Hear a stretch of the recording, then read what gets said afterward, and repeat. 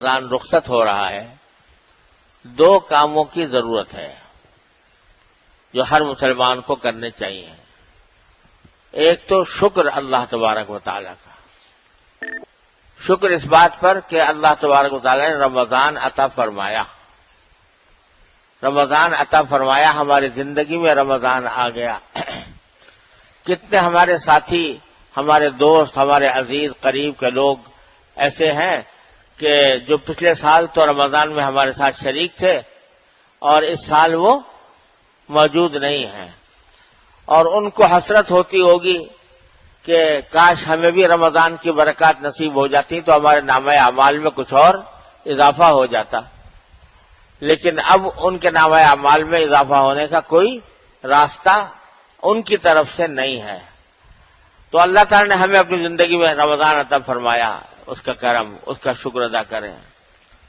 پھر اس رمضان کے اندر جو کچھ بھی توفیق ہوئی، روزہ رکھنے کی، تراویح پڑھنے کی، قرآن کریم کی تلاوت کی، جو کچھ بھی توفیق ہوئی اس پر شکر۔ الحمدللہ رمضان آیا اور رمضان کے اندر اللہ تبارک و تعالی نے اپنے فضل و کرم سے فلاں فلاں کاموں کی توفیق عطا فرمائی، یہ دوسری نعمت، اس پر شکر۔ کیونکہ نہ جانے کتنے لوگ ایسے ہیں، اللہ تعالیٰ معاف کرے، کتنے لوگ ایسے ہیں کہ جن کے ہاں پتہ نہیں چلتا جب ان کے گھروں میں کہ کب رمضان آیا تھا اور کب گزر گیا۔ نہ روزوں کا اہتمام ہے، نہ تراویح کا اہتمام ہے، اللہ بچائے اسی طریقے سے گزر جاتا ہے رمضان بھی۔ تو یہ اللہ نے ہمیں ان میں شامل نہیں فرمایا۔ الحمدللہ اللہ تعالی نے توفیق عطا فرمائی، روزوں کی بھی عطا فرمائی، تراویح کی بھی عطا فرمائی، اور کچھ اپنے کلام مجید کو پڑھنے کی، سننے کی توفیق بھی عطا فرما دی۔ تو دوسرا شکر اس بات کے اوپر۔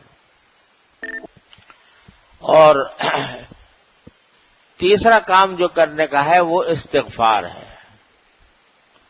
استغفار اس بات کے اوپر کہ یا اللہ رمضان کے جو حقوق تھے وہ میں ادا کر نہیں سکا، جیسے روزے جس انداز سے رکھنے چاہیے تھے وہ نہیں رکھ سکا، جو تراویح جس طرح پڑھنی چاہیے تھی خضوع کے ساتھ، خشوع کے ساتھ، وہ میں نہیں پڑھ سکا، تلاوت کا جو حق تھا وہ مجھ سے ادا نہ ہو پایا۔ تو استغفار اپنی کوتاہیوں پر، شکر اللہ جل جلالہ کی توفیق پر، اور استغفار اپنی کوتاہیوں پر، یہ دو کام کرنے کے ہیں رمضان کے اختتام پر۔ اب 2 دن باقی ہیں تو ان کو اسی کام میں استعمال کریں۔ اور تیسرا کام یہ ہے بھائی کہ رمضان کے گزرنے سے پہلے توبہ سچی کر لیں، توبہ سچی کر لیں۔ یا اللہ یہ رمضان گزر رہا ہے، میں آپ کی بارگاہ حاضر ہو کر اپنے ساری سابق زندگی کے گناہوں سے مکمل توبہ کرتا ہوں، سچی توبہ، سچے دل کے ساتھ توبہ کرتا ہوں۔ کیونکہ اگر رمضان گزر گیا اور میں گناہ معاف نہ کرا سکا، اپنے گناہ معاف نہ کرا سکا رمضان کے گزرنے کے باوجود، تو مجھے ڈر لگتا ہے اس حدیث سے جس میں نبی کریم صلی اللہ علیہ وسلم کے بارے میں منقول ہے کہ آپ تشریف لائے جمعہ کے دن خطبے کے لیے، پہلی سیڑھی پر قدم رکھا تو آپ نے فرمایا آمین۔ صحابہ کرام حیران تھے کہ کوئی دعا تو کی نہیں، آپ نے آمین فرمایا۔ دوسری سیڑھی پر قدم رکھا، پھر فرمایا آمین، اور پھر تیسری سیڑھی پر قدم رکھا، پھر فرمایا آمین۔ صحابہ کرام دیکھ رہے تھے یہ نظارہ اور سن رہے تھے کہ آپ بار بار آمین کہہ رہے ہیں اور دعا بظاہر کوئی کی نہیں۔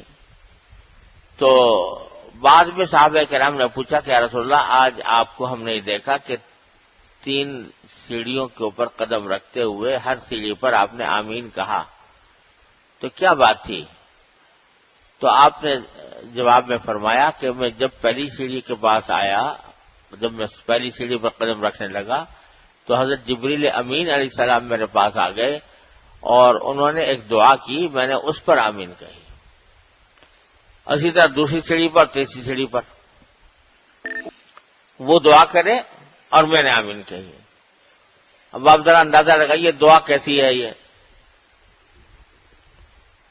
دعا کرنے والا کون؟ جبریل امین۔ آمین کہنے والا کون؟ نبی کریم سرور دو عالم صلی اللہ علیہ وسلم۔ اور جمعہ کا دن ہے، خطبے کا وقت ہے قبولیت کا۔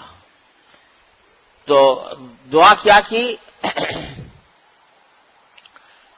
اب مجھے ترتیب یاد نہیں رہی کہ پہلی سیڑھی پر کون سی دعا کی تھی، دوسری پہ کون سی، تیسری پہ کون سی، لیکن 3 دعائیں جو کی تھیں وہ یہ تھیں۔ ایک ان میں سے یہ تھی کہ برباد ہو جائے وہ شخص،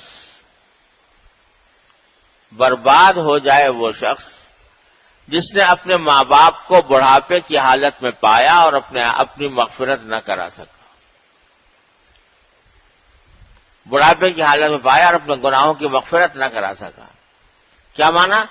کہ والدین جب بڑھاپے کی حالت میں ہوں تو ان کی خدمت ایک ایسی چیز ہے کہ جس کے ذریعے انسان اپنا سارا حساب کتاب صاف کر سکتا ہے، یعنی مکمل اپنی مغفرت کرا سکتا ہے، کیونکہ ذرا سی خدمت کریں گے ان کا دل خوش ہوگا تو وہ تمہیں دعائیں دیں گے، تمہاری مغفرت ہو جائے گی۔ تو برباد ہو وہ شخص کہ جس نے اپنے ماں باپ کو بڑھاپے کی حالت میں پایا اور مغفرت اپنی نہ کرا سکا، ان کی خدمت کر کے جو مغفرت کرانے کا موقع تھا وہ اس نے کھو دیا۔ دوسری دعا یہ کی کہ برباد ہو وہ شخص کہ جس کے سامنے میرا نام لیا جائے، یعنی نبی کریم سرور دو عالم صلی اللہ علیہ وسلم کا نام لیا جائے اور وہ مجھ پر درود شریف نہ بھیجے۔ اتنا بخیل ہے وہ شخص کہ انسانیت کے محسن اعظم صلی اللہ علیہ وسلم کا اسم گرامی لیا جا رہا ہے اور وہ درود شریف پڑھنے سے محروم ہے۔ تو جب بھی حضور اقدس صلی اللہ علیہ وسلم کا نام گرامی آئے تو آدمی کے ذمہ واجب ہے کہ درود شریف پڑھے۔ اب وہ درود شریف چاہے مختصر ہو چاہے لمبا ہو، یہ جو ہم صلی اللہ علیہ وسلم کہتے ہیں نبی کریم صلی اللہ علیہ وسلم کے اسم گرامی کے ساتھ، یہ بھی ایک درود ہے، مختصر درود ہے۔ تو آپ کا نام لینا بغیر صلی اللہ علیہ وسلم کہے ہوئے یہ جائز نہیں ہے۔ صرف رسول کریم کہہ دے آدمی اور صلی اللہ علیہ وسلم نہ کہے تو یہ جائز نہیں ہے، اور اللہ بچائے اس وعید میں آنے کا اندیشہ ہے کہ برباد ہو وہ شخص جس کے سامنے نبی کریم صلی اللہ علیہ وسلم کا اسم گرامی لیا گیا اور اس نے درود شریف نہیں پڑھا۔ بعض لوگ تحریر کے اندر لکھتے ہوئے بعض اوقات حضور کے اقدس صلی اللہ علیہ وسلم کا نام نامی لکھتے ہیں لیکن صلی اللہ علیہ وسلم نہیں لکھتے، یا ایک سواد بنا دیتے ہیں نام کے اوپر، چھوٹا سا سواد۔ یہ کافی نہیں ہے، پورا لکھنا چاہیے صلی اللہ تعالی علیہ وسلم، صلی اللہ علیہ وسلم، صلی اللہ علیہ وآلہ وسلم، صلی اللہ علیہ وآلہ وصحبہ وسلم، پورا لکھنا چاہیے۔ ارے کیا بخل ہے، کیا کنجوسی ہے نبی کریم سرور دو عالم صلی اللہ علیہ وسلم کے بارے میں۔ آپ سے بڑا محسن ہمارا اس کائنات میں اللہ تعالیٰ کے بعد کوئی اور نہیں ہے۔ کوئی ہے جس کا احسانات اتنے زیادہ ہوں جتنے رسول کریم سرور دو عالم صلی اللہ علیہ وسلم رحمۃ للعالمین صلی اللہ علیہ وسلم کے احسانات ہیں؟ تو اس احسان کا اتنا بھی حق نہیں ہے کہ جب آپ کا نامی آئے تو آدمی درود شریف بھیج دے۔ اور درود شریف کی فضیلت یہ ہے کہ ایک مرتبہ درود بھیجے بندہ حضور اقدس صلی اللہ علیہ وسلم کو تو 10 مرتبہ ملائکہ اس کے اوپر درود بھیجتے ہیں، 10 رحمتیں نازل ہوتی ہیں ملائکہ کی طرف، 10 ملائکہ کی طرف سے 10 مرتبہ دعا کی جاتی ہے اس کے لیے مغفرت کی اور رحمتوں کی۔ تو بھئی دوسری دعا جو دی وہ یہ دی کہ جس شخص کے سامنے حضور اقدس سرور دو عالم صلی اللہ علیہ وسلم کا اسم گرامی لیا جائے اور وہ درود نہ بھیجے۔ اور پھر تیسری دعا کی وہ یہ کہ برباد ہو وہ شخص کہ جس کے اوپر پورا رمضان گزر گیا اور وہ اپنی مغفرت نہ کرا سکا. رمضان پورا گزر گیا اور مغفرت نہ کرا سکا. رمضان میں اللہ تبارک و تعالی نے مغفرت کے راستے چوپٹ کھولے ہوئے تھے. رحمت کے اور مغفرت کے بہانے ڈھونڈے جا رہے تھے. روزہ رکھ لو تو مغفرت، تراویح کر لو تو مغفرت، تراویح پڑھ لو تو مغفرت، روزے کے افطار کے وقت میں دعا کر لو تو دعائیں قبول ہوں گی، وغیرہ وغیرہ. بے شمار راستے کھولے ہوئے تھے اللہ تبارک و تعالیٰ نے دعاؤں کی قبولیت کے بھی اور مغفرت کے بھی. اس کے باوجود کوئی بندہ اگر مغفرت نہ کرا سکا تو اس کا معنی یہ کہ رمضان اس کے اوپر سے گزر گیا اور وہ کچھ کر نہیں پایا. اللہ تعالیٰ اس کی ایسے بننے سے حفاظت فرمائے. تو بھائی یہ کام اس کی وعید سے بچنے کے لیے رمضان گزرنے سے پہلے توبہ استغفار مکمل کر لیا جائے. یا اللہ میں نے پوری پچھلی زندگی میں جو کچھ مجھ سے سرزد ہوا میں اس کے اوپر معافی مانگتا ہوں، سچے دل سے توبہ کرتا ہوں. استغفر اللہ ربی من کل ذنب واتوب الیہ. اور یہ حضور اقدس صلی اللہ علیہ وسلم کے زبانی وعدہ ہے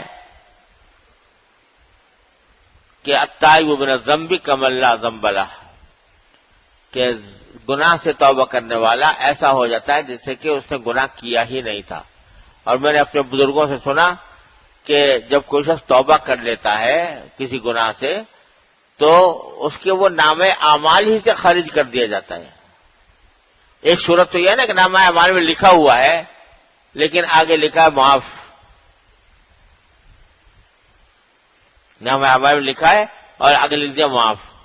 ایک صورت تو یہ ہوتی ہے نا. لیکن اگر یہ ہوتی تو کم از کم اس کو دیکھ کر اس کی نام اعمال کو دیکھے گا تو بے عزتی بھی ہوگی کہ اس میں نام لکھا ہوا ہے اگرچہ معافی بھی لکھی ہوئی ہے. میرے مالک رحیم و کریم کا کرم یہ ہے کہ وہ نام اعمال سے مٹا ہی دیتے ہیں.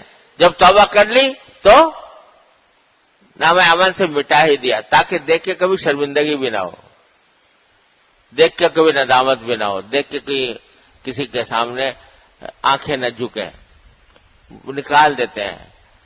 تو یہ توبہ کا کرنے کا وقت ہے، یہ جو ایام باقی ہیں. اور توبہ کے لیے کوئی لمبی چوڑے کام کی ضرورت نہیں ہے. ایک لمحے میں بیٹھ کر آدمی استغفر اللہ ربی من کل ذنب واتوب الیہ سچے دل سے کہہ لے اس ارادے سے کہ میں توبہ کی ہے اور آئندہ کبھی گناہوں کا ارتکاب نہیں کروں گا. یہ کر لے اسی کو توبہ ہو گئی.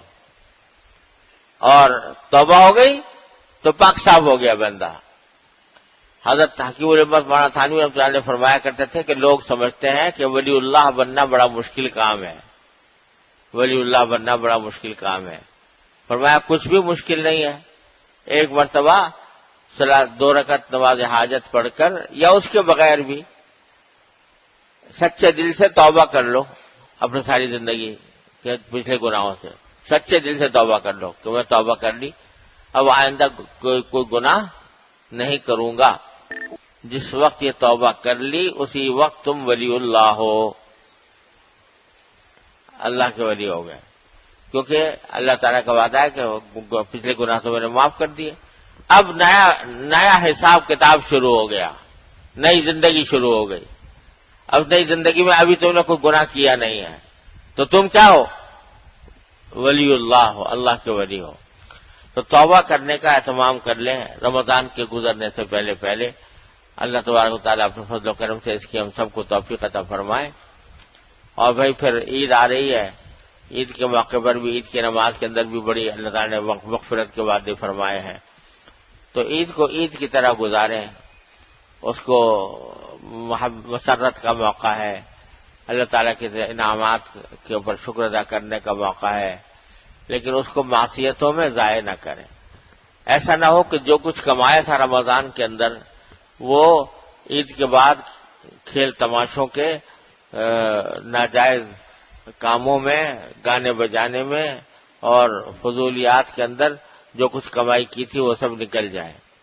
تو ایک مومن کی طرح عید گزاریں، خوشی ضرور منائیں، اپنے آپس میں ملیں جلیں، لوگوں سے اپنے اعزاء اقربا سے ملاقاتیں ہوں، سب کچھ ہو لیکن گناہوں سے پرہیز کرنے کا اہتمام کرے اور جماعت سے نماز پڑھنے کا اہتمام کرے.